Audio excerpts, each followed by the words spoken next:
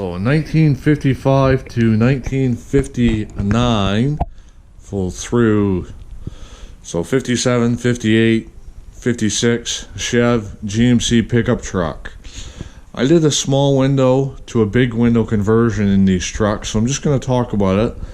I unfortunately completed the project, so I can't really have can't show you a video exactly of how I did this, but I can give you the point across. So I started off and I took the weld points off these points here. So there's a frame that holds this point in here, this little point. Then I came along and there's all welds all in this little nice point all the way across. Is what I ended up doing. So on that point, that's what I did. I came across here. I drilled this one out, drilled this one out, drilled this out, drilled this out, drilled this out, drilled this out, drilled this out, drilled this out, and went to about right here, roughly. Maybe about here. And then I actually cut the cab right across. Slid it all the way straight through.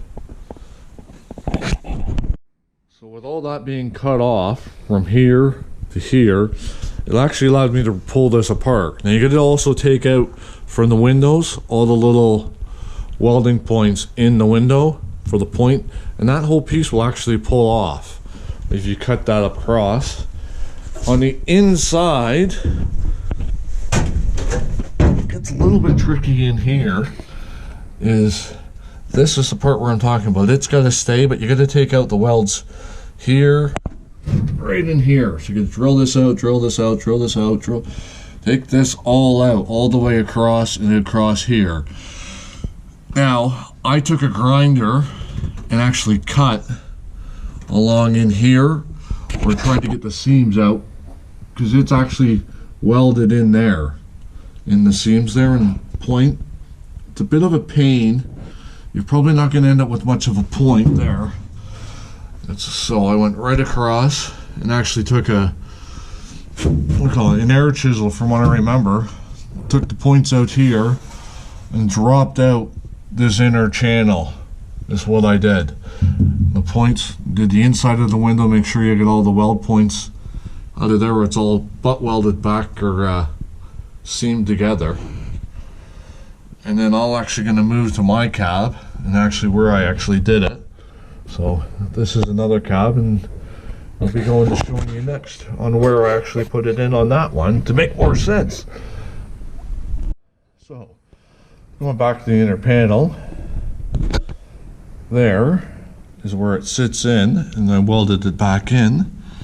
And there was originally a seam line that runs across here, which I took out. You can see one section of it, maybe a little bit there where I didn't get the body work 100%, but this truck doesn't need to be because it's going to be a patina, so I did it nice, but I didn't get it 100% perfect for that reason. So you're going to put the welds in there, is what you're going to do, and slide that piece back in. Now up in the upper section where it comes up in here where there's normally a seam, you can't weld it. There's no way. So I used the body panel adhesive and slid it up and slid it on there as good as I can get it. And the other thing you got to do, unfortunately, you have to re-weld all those little pop for the window back in to hold it to get the window in the right spot. Now I measured my window and took the measurements off of it to make sure a foot, and made it with a little, virtually like a stick like that, to make sure they fit that window all the way across. Now for the top section, what I was talking about is I gotta fill this piece still in. I haven't finished welding it yet, but the cab actually comes apart. So there's where I actually unwelded it. I gotta finish this piece off and finish off the welding on certain spots. You can tell I did a spot down here that still needs to be grinded out. I'm almost in the top and the roof right here. So that is where I took the seam and took the window off.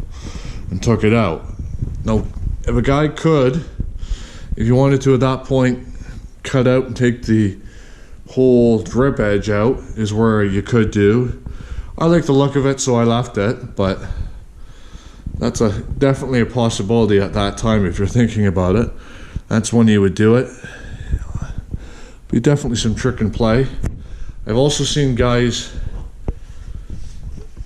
do the welding point and weld it right here on one of these, but I found it easier just to take the actual, right as if it was from the factory, and take that line out.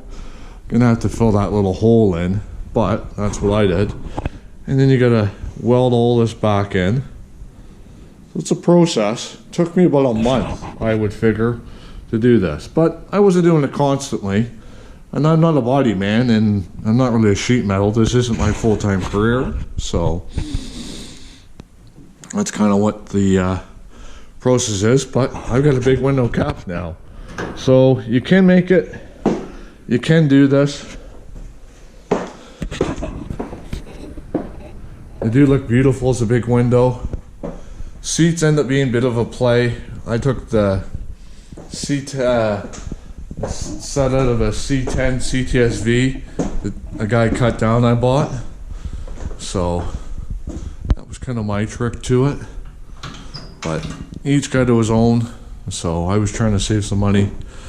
And then that's where that point's welded back in. This one is done right about here. Is where I welded it in.